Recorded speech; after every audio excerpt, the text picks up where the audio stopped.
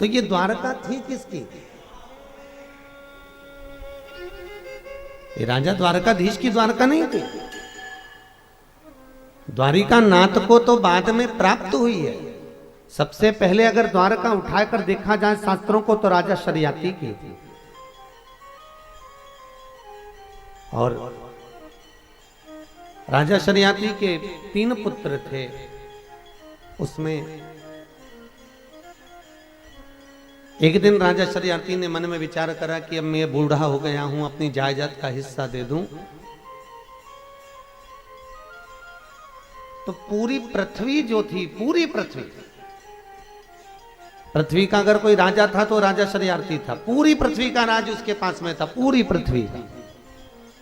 अब जब पूरी पृथ्वी का राज उसके पास में था तो राजा शरियाती ने विचार करा कि अब इतनी बड़ी नगरी मेरे पास में है, इतनी बड़ी धरा मेरे पास में है, अपने पुत्रों को मैं कुछ बांट देता हूं। तो उसने विचार करा, एक पुत्र को 1 भाग दे दिया।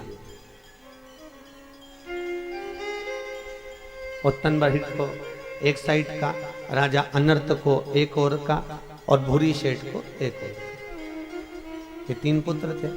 और चौथा जो हिस्सा था पृथ्वी का, चौथा जो भाग था, वो राजा शरियाती ने अपने पास में रखा। तो एक दिन राजा शरियाती ने अपने मुख से कह दिया, इस पृथ्वी का अगर कोई राजा है तो मैं हूं। इस पृथ्वी का अगर कोई वीर आनंद कराने वाला है, इस पृथ्वी का यदि कोई पालन करता है, इस पृथ्वी का यदि कोई एक रक्षक है तो वो मैं हूं। इतने में राजा अनर्थ, जो राजा शरियाती के मंझले पुत्र थे, उनके मुख से निकल गया, पिताजी आपको लगता है कि ये पूरी पृथ्वी आपकी है, आपको लगता है ये पूरी पृथ्वी आप पालन कर रहे हो, आपको लगता है कि ये पृथ्वी के राजाधिराज आप हो, पर ये गलत है। तो कौन है ये? राजा अनर्थ से पूछा पिताजी ने, तो फिर इस सृष्टि का राजा कौन? इस पृथ्वी का राजा कौन है?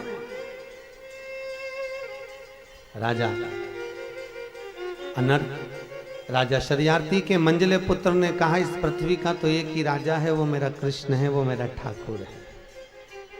सृष्टि का पालन करता भी वही है और सृष्टि को रचने वाला भी वही है। इतने में शरियाती को क्रोध आ गया और राजा शरियाती ने क्रोध में आकर अपने बेटे राजा अनर्थ को, जो मंझला पुत्र था, उसको श्राप दे दिया। जहां मैं तुझे श्राप देता हूं, मेरी पृथ्वी में जहां तू मेरे हिस्से के अंतर्गत, अगर मेरी भूमि में, मेरी पृथ्वी पर अगर जहां तू रहेगा वहीं जलकर भस्म हो जाए।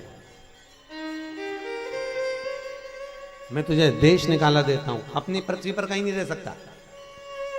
अब पूरी पृथ्वी राजा शरियाती की, अब पृथ्वी पर बेटे को रहने नहीं दे, बेटा कहां जाए? राजा अनर्थ के मन में बड़ा भाव प्रकट हुआ, क्या करूं मैं, अब मैं जाऊं तो जाऊं कहां? राजा अनर्थ उसी समय पर अब पृथ्वी पर रह नहीं सकता, तो जल में तो राजा पिताजी का राज है ही नहीं, तो जल में जाकर खड़ा हो गया। और राजा अनर्थ जब जल में जाकर खड़े हुए, जल में पहुंचने के बाद में राजा अनर्थ ने बहुत घोर तप करना प्रारंभ किया। इतना तप करा, इतना तप करा, इतना तप करा कि राजा अनर्थ तप में लीन रहे। तप करते करते करते करते करते करते करते पूरा शरीर गलने लगा, शरीर गलने लगा। इतनी देर में भगवान विष्णु, मेरे ठाकुर, वहां प्रकट हो गए और मेरे नारायण प्रकट होकर बोले, मांगो राजा अनर्थ, तुमको क्या चाहिए, बोलो तुम्हें दे क्या, हम क्या प्रदान करें तुमको?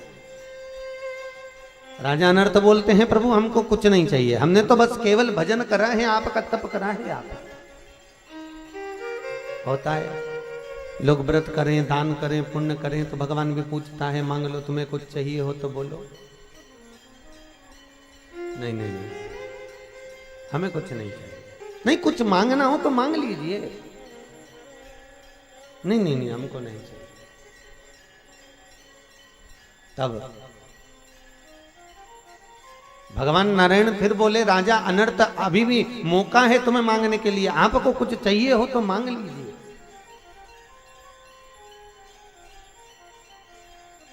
आपको कुछ चाहिए हो तो बोल दो। राजा अनर्थ कहते हैं, नहीं चाहिए, हमको कुछ भी नहीं चाहिए।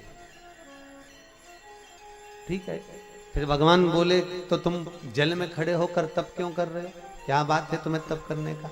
राजा नर्त बोले मेरे पिताजी से मैंने एक शब्द कह दिया। पिताजी बोल रहे थे पूरी पृथ्वी मेरी है, इस सृष्टि का राजा मैं हूं, इस सृष्टि का पालन करता मैं हूं, ये पूरी जितनी पृथ्वी है सब मेरी है। और मेरे मुख से निकल गया पिताजी इस सृष्टि का पालन करता, इस सृष्टि का रचना करता, इस सृष्टि का अगर कोई अधिकारी है तो वो मेरा कृष्ण है, वो मेरा ठाकुर है।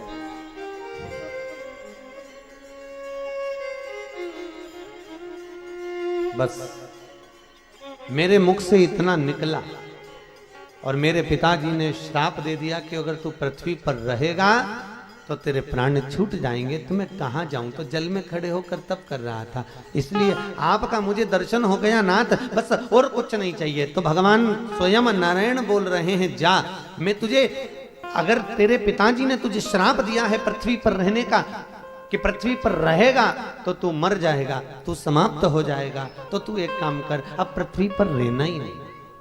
तो प्रभु कहाँ रहूंगा?